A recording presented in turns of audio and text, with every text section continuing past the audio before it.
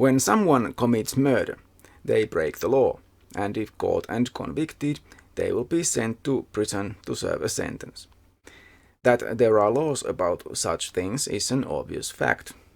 But besides murder being a crime, most people would stress that it is also just wrong, evil.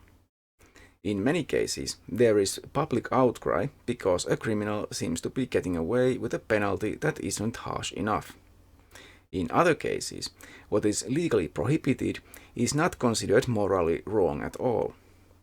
And in some cases, something, like lying, is not even a crime, but it can seem very clearly wrong, and people may wish to somehow punish someone for lying. This feeling of righteous anger seems to them to be based on something real, not just some cultural norms, and it certainly isn't based on the existing laws because those laws are not completely aligned with this sense of justice, as I have just explained. And almost everyone knows that law and real justice are very different things. The wrong people get punished and the guilty often go free. There is a strong feeling that the moral values and norms that are strongly felt are not being upheld in the surrounding observable reality. The laws are known to be conventions, but it seems like there is something more forceful, more objective, more real about morals. This is why philosophers have tried to find the source of ethics, and those claiming that there is something real in the foundations of morals are known as meta-ethical realists. I will talk about some types of meta-ethical realism in this video, which is part of my series Introduction to Ethics, and within that, the part about meta-ethics. See the link in the description for more information and the list of contents for this series. If you are interested in the subject, you should at least consider subscribing to my channel and clicking the thumbs up button. One attempt to explain how morals could be based on something real is to appeal to the will of God.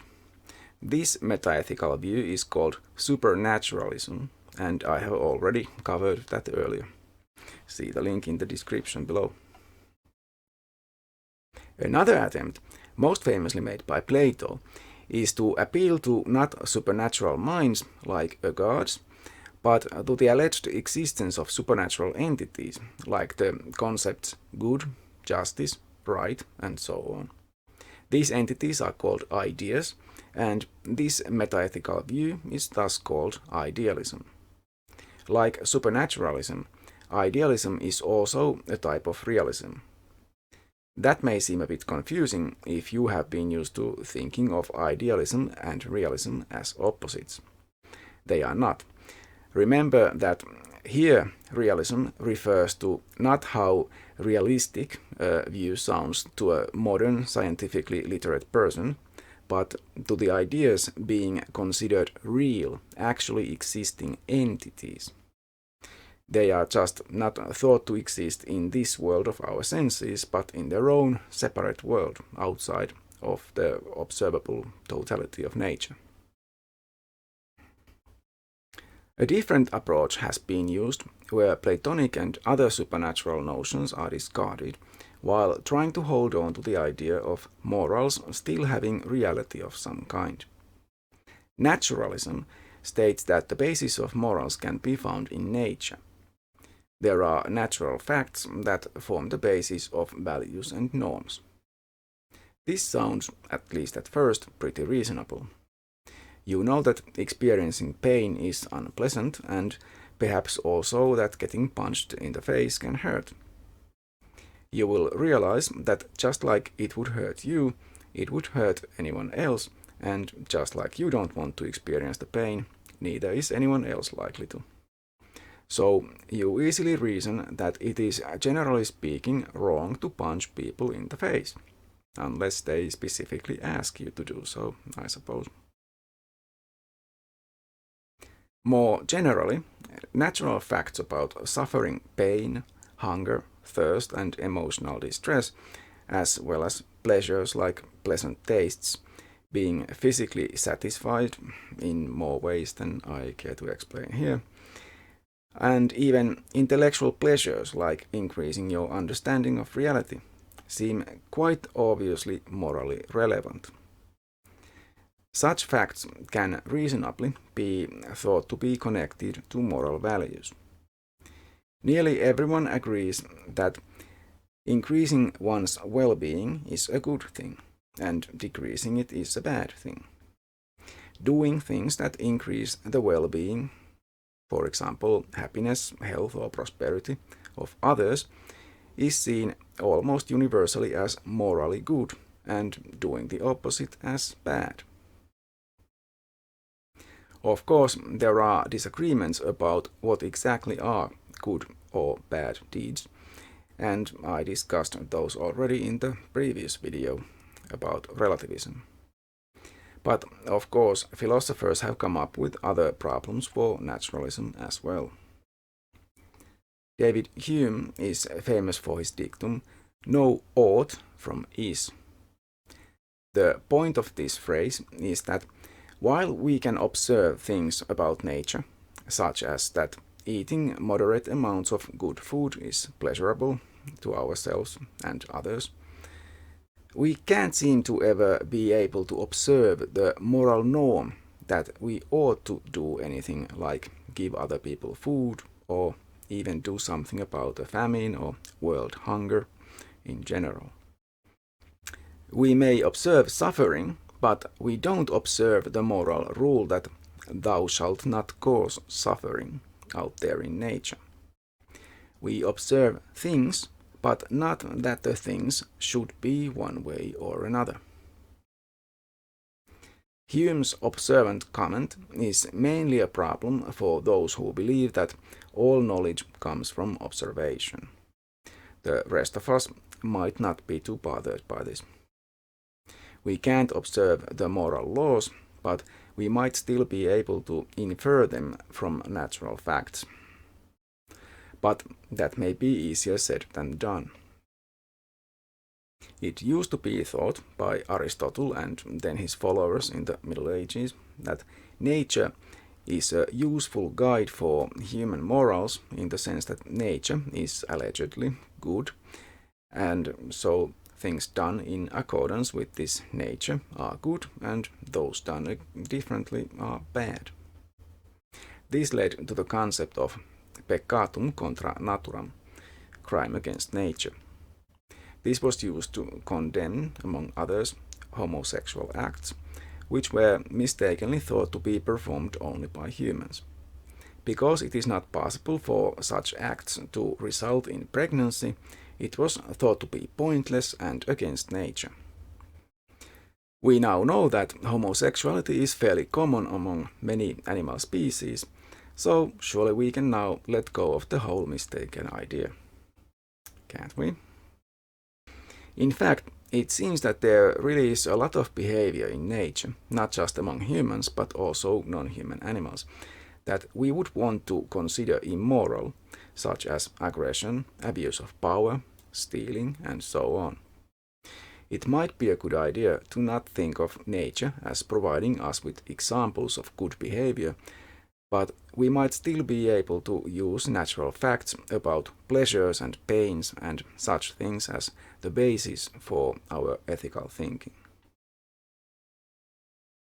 Some have argued that it might even be possible to perceive moral facts in a way similar to how we think of perceiving other things.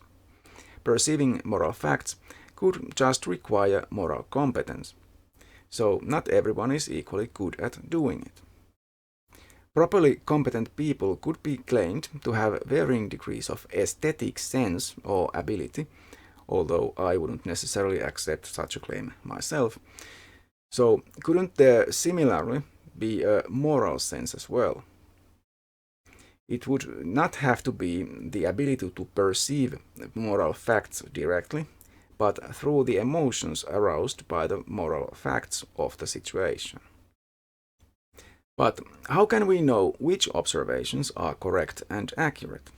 And how could such a sense perceive anything about merely hypothetical situations or historical situations not actually present to the perceiver?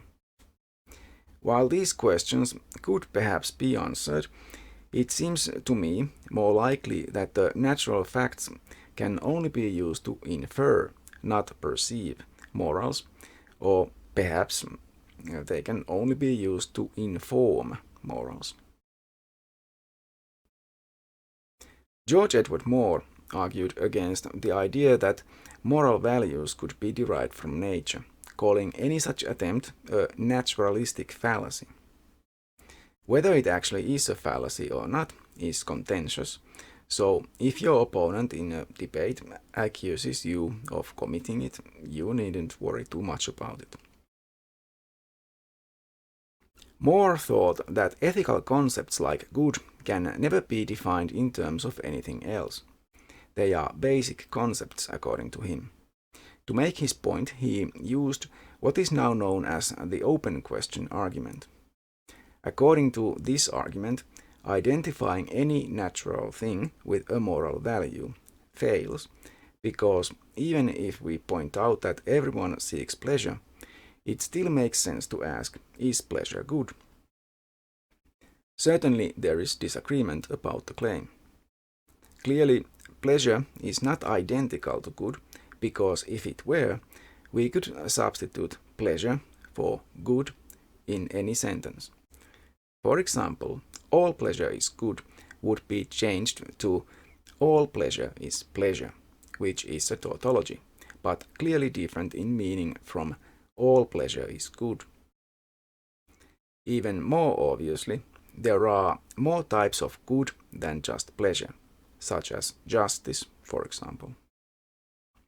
Even if we don't accept Moore's argument, or the claim that appealing to natural facts in ethics is a fallacy, we have to at least accept that it is not obvious how natural facts are connected to moral values.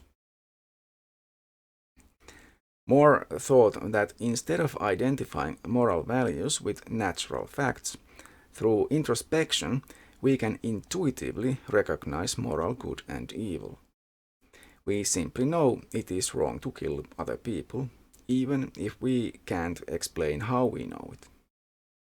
This view is a form of moral realism called intuitionism, and you can probably already see how implausible it is.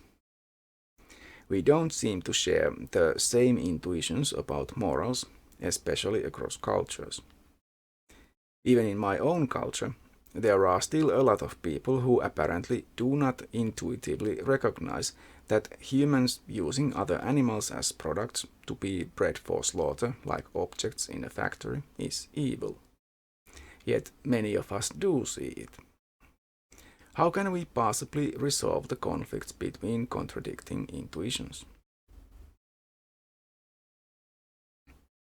Moore actually accepted that ethical attributes and natural attributes are connected to each other, as explained in a theory about supervenience.